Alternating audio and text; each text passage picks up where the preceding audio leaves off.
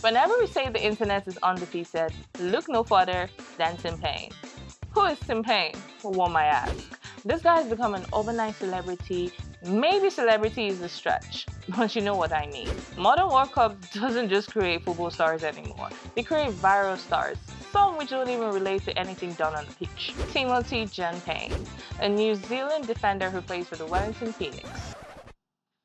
I bet you haven't heard of that name. Who are these guys? And if you have, you're probably more than a football fan. You're a family member. He became one of the most viral figures of the 2026 World Cup after an online campaign labeled him as the least known player of the tournament. An Argentine influencer, popularly known as El Scarso, encouraged fans to follow him. And this caused his followers to grow from a couple thousands to millions in just a few days. Suddenly, Payne wasn't a squad player anymore, or just a squad player anymore. He became more of a global storyline. People know me. And not because of a goal, not because of a performance, just because the internet decided to adopt him. You're family now, kid. This is just a prime example of how modern World Cup doesn't just reward footballing moments, they also amplify digital ones. And only time will tell where the story goes and how much more noise Team Payne will make. The World Cup is supposed to be about football.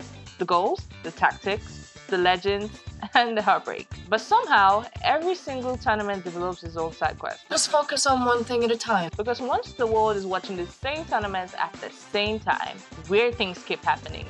What the hell's going on out here? Random people becoming celebrities, animals becoming profits, hairstyles become cultural landmarks. A single facial expression can become immortal. Sometimes, the stories people remember from the World Cup have absolutely nothing to do with football itself, or even the tournament. Team Payne's case makes us look back at World Cup happenings and things that left the pitch and became global pop culture moments. The rise of Paul the Octopus. In 2010, South Africa gave us one of the strangest celebrities, an octopus. Wait, what? A sea creature who became football's most trusted analyst. 2 boxes containing food and national flags would be lowered down into Paul's tanks. Whichever box Paul chose supposedly became the winner. And somehow he kept getting them right. I can't believe this. How is this happening? At first it was funny, then it became unsettling, and then it became a global hysteria. How is this still happening? By knockout rounds, millions of people were waiting for an octopus to decide the fate of many nations. News stations covered his predictions like election results. Fans begged him to pick their country. Choose me. Others threatened him when he didn't. After Argentina's loss to Germany, Argentines threatened to kill him and put him in a paella. And even gamblers had their own share in the fun. Spanish fans loved him. German fans feared him. In Sunday's final match, he picked Spain to win over the Netherlands. And for a brief moment in 2010, Paul the Octopus even became more influential than most of the managers at the tournament. Reuben Loftus-Cheek becoming an unexpected internet heartthrob in 2018. In 2018, England arrived Russia with a young and exciting squad. But nobody expected that one of the biggest social media moments would come from women discovering how good-looking Reuben Loftus-Cheek was. He is beautiful.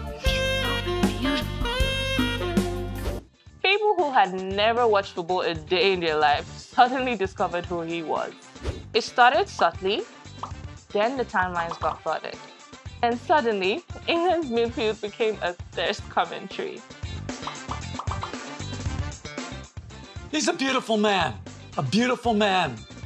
And do you even know what the funniest part is? Loftus-Cheek wasn't even the biggest star of England on the pitch. But during the summer, he became one of the tournament's biggest celebrities, simply because the cameras focused on him and the ladies did as well. Maybe even me. The Vuvuzela Invasion. Speaking of noise, you cannot discuss South Africa 2010 without the Vuvuzela Invasion. What is that noise? What is that noise? What is that noise? The Vuvuzela transformed the tournament into the loudest sporting event that people have ever experienced. Every match sounded like it was taking place in a giant beehive, and some people loved it because it gave the tournament a unique African identity. While others absolutely hated it, players complained, commentators suffered it. How do I make it stop? Some people even begged for news stations to filter the sound. Can't take it anymore. I paid him more to make it stop. By the end of the tournament, the Vuvuzela had become inseparable from the World Cup itself. And I bet you, if you hear the Vuvuzela today, it transports you back to the 2010 World Cup. That noise was, a lot. James Rodríguez becoming a global superstar in 6 games. Before Brazil 2014, football fans knew James Rodríguez was super talented.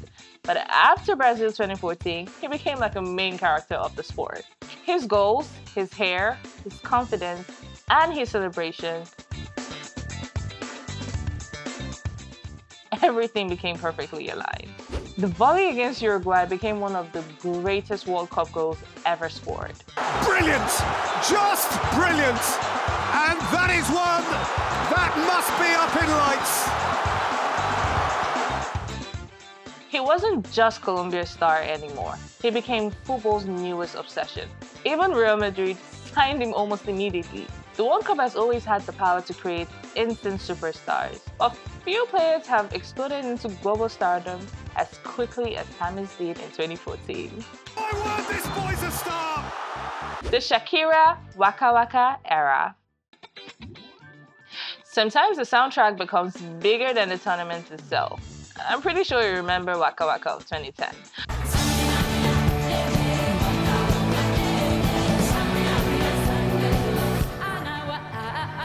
Waka wasn't just the anthem of South Africa 2010's World Cup. It became a global anthem that spanned through the years. The song played everywhere. This is my song. This is my song. Every montage, promo, highlight video, fan video, edits. Even people who do not watch the World Cup or football associate the sound with the World Cup every day. And this is my jam, too. And you know what? It even became almost impossible to separate the sound from the World Cup itself. And ever since then, the World Cup has tried to recreate the exact same cultural lightning strike. Neymar's hairstyles. Neymar has always been the center of attention, even from his teens. So it was only right that at some point, Neymar's hairstyles became the subplot of the World Cup itself. Every tournament introduced a new look, and every new look became global discourse. The blonde fade, the noodles, the experiments, and the reaction. People analyzed Neymar's hair with seriousness of tactical breakdown. Memes appeared instantly after every game, children copied them, commentators discussed them live on air.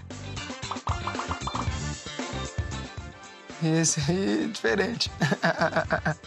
And it even reached the point where Neymar changing his hairstyles felt like breaking news. Vocês gostam desse? World leaders. In 1982, the Kuwaiti FA president, Sheikh Al-Shabaab, stormed the pitch to protest a French goal. He threatened to pull his team off the field. And he means business! And guess what? The referee shockingly caved in, disallowing the goal. Talk about standing on business. And next we have President Macron of France celebrating Mbappe's equalizer in the World Cup finals. World leaders are always in the spotlight, but one of the most enthusiastic was in Russia 2018, where Croatia's president Kolinda became unexpectedly beloved worldwide. Not because of politics, but because of pure football passion, she celebrated wildly. She hugged players, wore national jerseys comfortably, even traveled with supporters. At a tournament increasingly dominated by corporate, polished, and controlled media, she looked genuinely emotional after every match. Her enthusiasm was unusually human, and by the final, she had become one of the tournament's most recurring characters. Could she have been the motivation that took them to the final? Memes, and memes.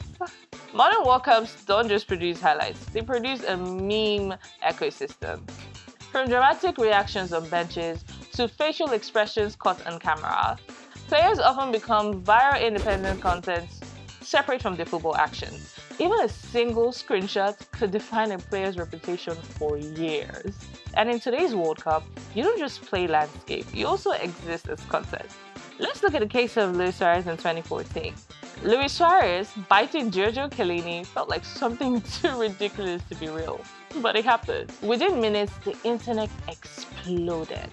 The memes became endless. Photoshops, vampire jokes, fake documentaries, conspiracy theories, even movie posters. It overshadowed so many matches, and for weeks, one of the biggest highlights was a footballer biting another footballer. And that is to say, only the World Cup could take moments like this and make them universally important. And in conclusion, the strange magic of the World Cup. It's just not about football. And even with football at its core, the culture around it has evolved into something larger. It's part sport, part internet phenomenon, part global entertainment experiment. Sometimes it's great, sometimes it's chaos, or sometimes it's an octopus predicting matches better than pundits. Let us know in the comments if we missed any of your favorite World Cup phenomenons.